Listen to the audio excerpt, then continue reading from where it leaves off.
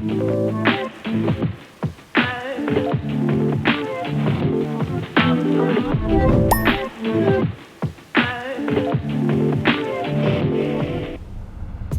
welcome to Mindful Missteps, where I'll be discussing life's challenges with the idea that we can take a walk together while you listen. This first series is all about sobriety. I'll be sharing stories, videos, and podcasts I've come across, along with my own thoughts and opinions. So if you're on your own journey, sober curious, or simply working on yourself, come take a walk with me. Today I want to talk about Lucy Hale's interview on Diary of a CEO, which you can find on YouTube. If you haven't seen it, she talks really openly about addiction, self-worth, and what it actually means to get sober. And I don't mean just not drinking, but the whole process of facing yourself without an escape. Now, I think I partly connect to Lucy's discussion because she's around my age, and maybe because I was also a fan of the show Pretty Little Lies, which she was a popular character in. Although I did actually never finish that series, but anyway, if you are unsure of who she is, she was a big star of this show in 2010. So I find it interesting, especially because while filming that series, she was in her deepest despair with addiction, and it's just so eye-opening how many of us are struggling and can hide it so well. Lucy describes alcohol like an allergy, and that's one of those things that makes you stop and go, what? Because we don't really think about it like that, do we? Most people see drinking as a choice. You either have one or you don't. But for some people, me included, it's never just one. It's like something in your brain flips and suddenly you're not in control anymore. You tell yourself you'll stop after this drink, this night, this weekend, but you never do. You keep going, and by the time you come up for air, you're back where you swore you'd never be again. So for me, I've started to use this idea as a tool in my own relationship with alcohol. If we begin to think of it as an allergy, it can shift your perspective, helping you recognize the deeper impact it has on your life and your ability to control it. It's always helpful to add things that resonate to your toolbox, as I call it. These are your go-to strategies for navigating challenging days. There is a part in the interview when Lucy talks about knowing from a young age she would probably need to get sober. And that really made me think, because for those of us with addiction, we just know, right? It just depends when we actually want to listen. I knew when I was sneaking extra drinks as a teenager, this could be a problem.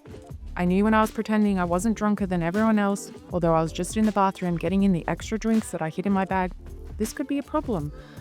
I knew when I was setting all these rules, only on weekends, only at dinner, only if I wasn't alone, and then breaking them over and over again. I just didn't want to listen. But knowing something and actually accepting it, they're two completely different things. Lucy talks about this feeling of emptiness, like something was always missing. And that's a common thing with addiction, isn't it? You're not just drinking for fun, you're drinking because it fills a gap, or at least it feels like it does, until it doesn't. Until you realize you've been numbing something instead of fixing it. And that's the scary part of sobriety.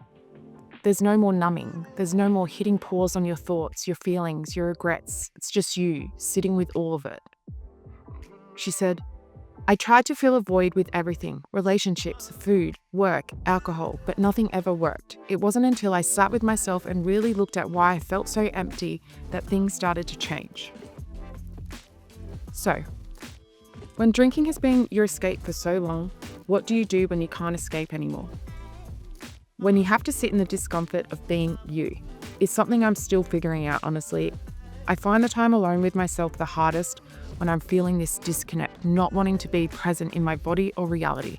And I think Lucy explained it well.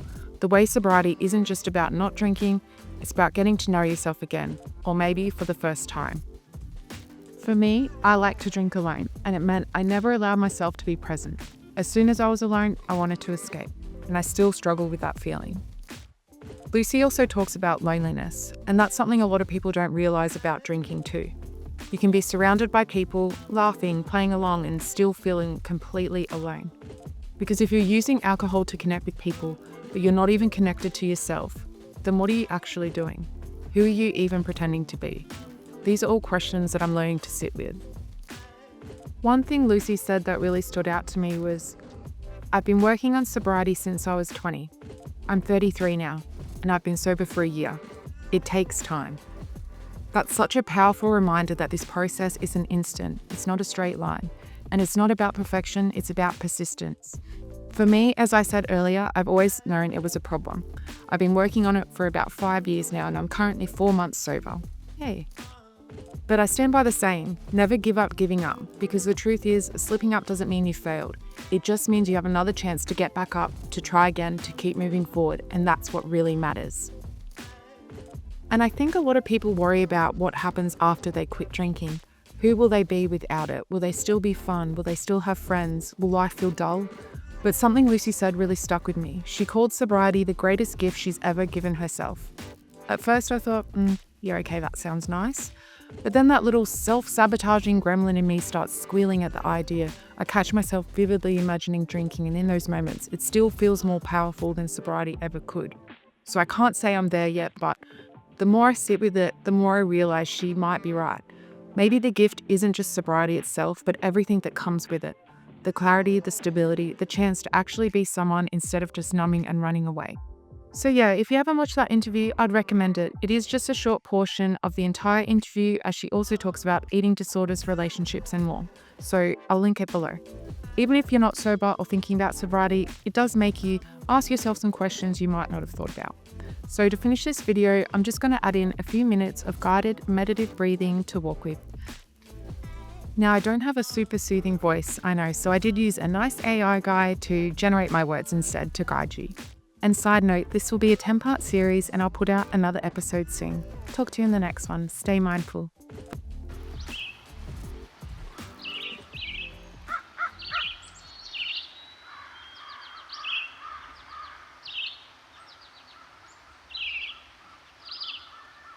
Quiet your mind. Now take a deep breath in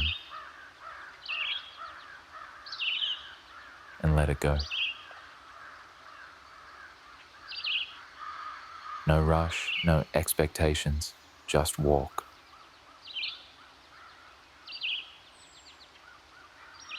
Feel your feet hitting the ground, one step at a time.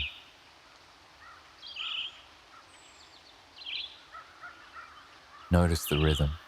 Maybe it's slow and steady, maybe it's a little uneven. Either way, it's yours. Just settle into it.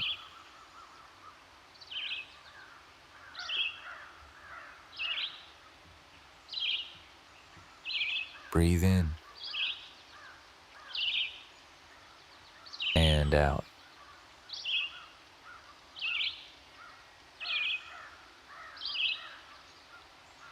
Let your shoulders relax. Maybe unclench your jaw, drop your arms a little looser by your sides. You don't have to hold everything so tightly right now.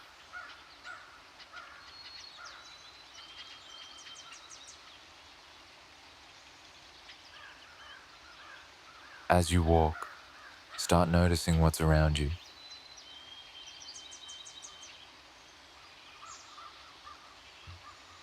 The way the air feels on your skin. The sounds, maybe birds, cars, footsteps, or just quiet. No need to label or analyze anything. Just notice it. Let it be.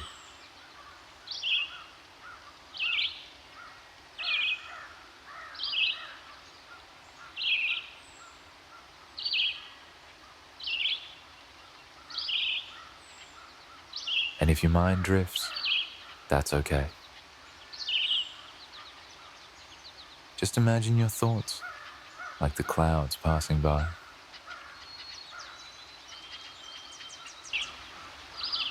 Right now, nothing else matters. Not what happened earlier, not what's coming next. Just this moment, exactly as it is.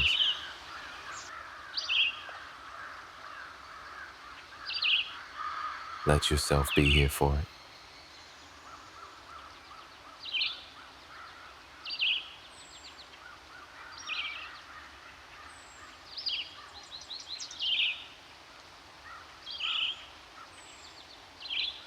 Take another breath in and let it out.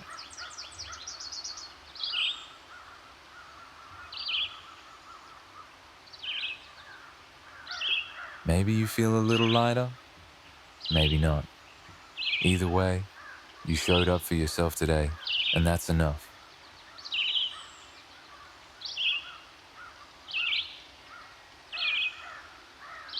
When you're ready, gently bring your awareness back to the space around you,